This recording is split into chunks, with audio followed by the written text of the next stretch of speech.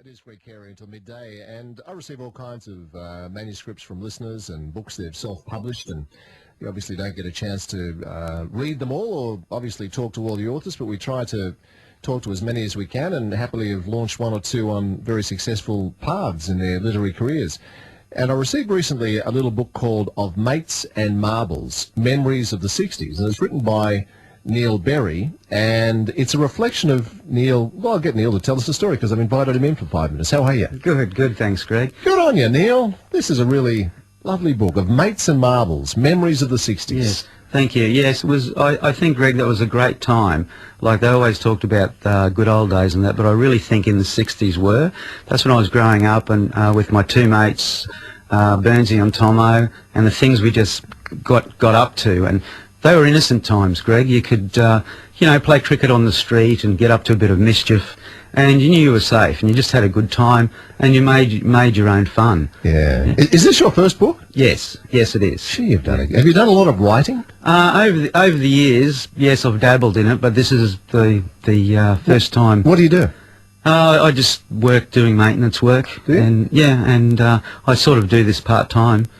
So is this true what you write in the book, that one afternoon you just ended up in the Paddington area where you'd grown up and decided to have a look around? Yeah, and it's based on that because when I went over to Cochrane Street, where the houses used to be, there's now a set of units.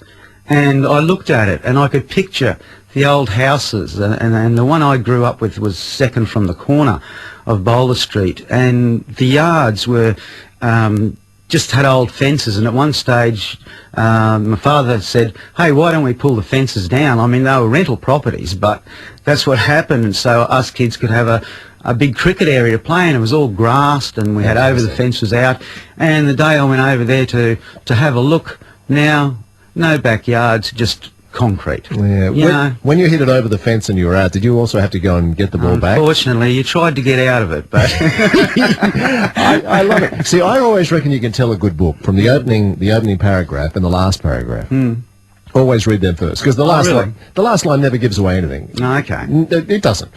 But your first paragraph, "You're out," Tomo shouted, raising his finger into the air. "No, I'm not," I replied. "You are out, Nellie," piped in Burnsy, smiling. "My mates always called me Nellie. That was my nickname. We all had the nicknames in those days. I guess it was just the Aussie way." "Yeah," said Tomo smugly. "Don't you remember the rule?" "What rule?" I quizzed. "Over the fence is out," they both exclaimed. "That's not fair," I answered. And we can all remember saying it. Yeah. "I wasn't out." Yeah. My brother will be listening now saying you were out. And you say, "Bad luck, you rotten duck." And then that's at the start. And then at the end, because then you go through all these adventures you had with Tomo and Burnsy, and I'm not giving anything away by saying this. You say, "I start my car, and just like all those years ago, I drive onto Latrobe Terrace, the ghosts of Tomo and Burnsy running after me." That's beautifully done. Thank you. Really, really done. That's how I felt when I did it, because I pictured that in my mind that, there's so many memories, Greg, and a lot of times you can remember a lot of your past, which I did, and there are very fond memories of that time, and they're always with me. And these are shared past. You see, again, I think it's the gift. The gift of the fine writer is that they express thoughts that are going around in our heads, and they put it on paper. They tap into us. They make that emotional connection.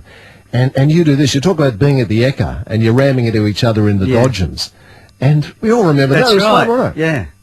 Yeah, so they just sort of, came to me, the memories, and just put it together because, these, as I say before, these are memories that a lot of kids don't have, or around my age, people can relate to them, say, hey, yeah, I remember that. I remember when we used to get milk in actual bottles and there was cream floating on top. That sort of thing, the simple things. What about Cracker Night? Oh, you talk about that in here. Yeah. Tell us about Cracker Night. Yeah, Cracker Night was incredible because we had all the neighbours came into the backyard, and us kids had gone around prior to that buying different crackers. You could get little Tom Thumbs up to bungers and skyrockets and that. And this particular time, one of my mates put in a skyrocket, and what occurred was put it in a bottle, and as he lit it, it started to tipped over. Yeah. Well, then it was on for young and old, because it flew straight across to the old banana trees, and the next thing there's a great fire, and the father's running around with the hose and stuff like that, and then everything goes flying, you know. And we wonder why they banned cracker night. Well, yeah, I don't know why. It was so much fun. But you see, the other thing you do in here that we relate to, you talk about your neighbours, and we can all remember our neighbours. Who are the Yes. most prominent ones for you? The Settitines, the ones that lived right next door. Yeah. Are called Mr. and Mrs. Setti. As kids, that's what we called them. And that's when we got into trouble with the grapes that Mr. Setti had there. What happened to the grapes? Tell us about the grapes. Well, we decided in our wisdom as young kids that, hey, we might get into this winemaking. So, so being ignorant of how wine's really made, we just got some glasses and a spoon, and poor Mr. Setti's lovely grapes off his vine, and stuck them into a glass and started to crush them all up. Fantastic. And so we just had a glass full of glug, seeds the whole lot, and then of course then we hear Mr. Setti. Suddenly he realises what we've done, and we could not get away from there quick enough, I tell you. We went in all directions, but fortunately he couldn't catch us. Great story. You tell another story. You tell a story about being at home one night, and this was a rented house you were living in, and you saw your mum crying, and she was really upset. And she was upset because soon Dad was going to come home, and you were behind at the rent, and the bloke had turned up saying you were going to have to leave the house. But then something very special happened. Tell us about that. Yes, you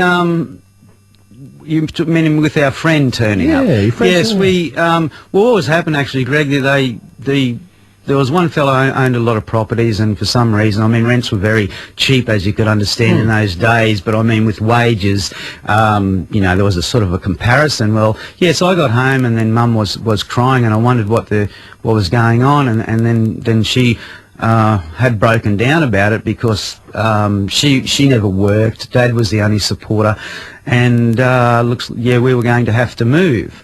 So we were fortunate enough that a friend of the family, after hearing the plight that we were in, had offered to lend the family the money. So we could, Interest-free? Yeah, interest-free, because they're a very good friend.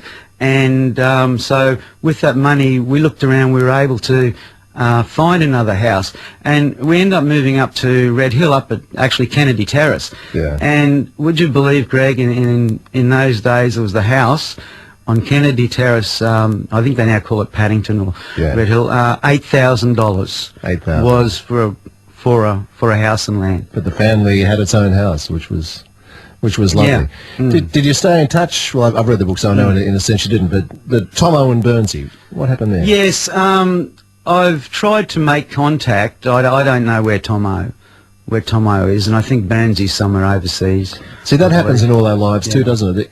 Those friendships when we're little, I remember, again, this is, you know, you've done something very special here, because you bring back all these great memories. I remember my little mate Frank, and he and I used to do everything together, play footy together, go to the beach together, ride our bikes together, and then one day Frank came and said his parents and he were moving to Melbourne. Mate, I was just heartbroken. But these people are like Bernsey and Tomo were to you. They're so important in your life at that time, but then they leave, and just every now and then you send them good thoughts and hope life was good. Yeah? Yes. Yeah, that's right. Yeah.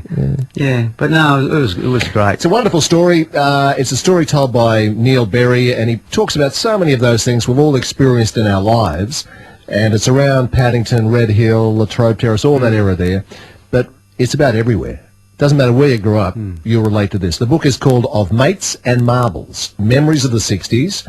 Neil Berry. I'll talk to my mates at Dymocks.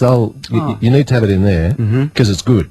In the meantime, copies are available at Novel Lines Bookshop at 153 Latrobe Terrace, Paddington. Novel Lines Bookshop. And I'll leave the details on our switch if people would like to ring. It's a book you'll enjoy, and you'll get a lot out of. It's your first book. It is, Greg, yes. Congratulations. Thank you. Yeah, Thank you well very done. much. Neil R. Berry, Yep. author.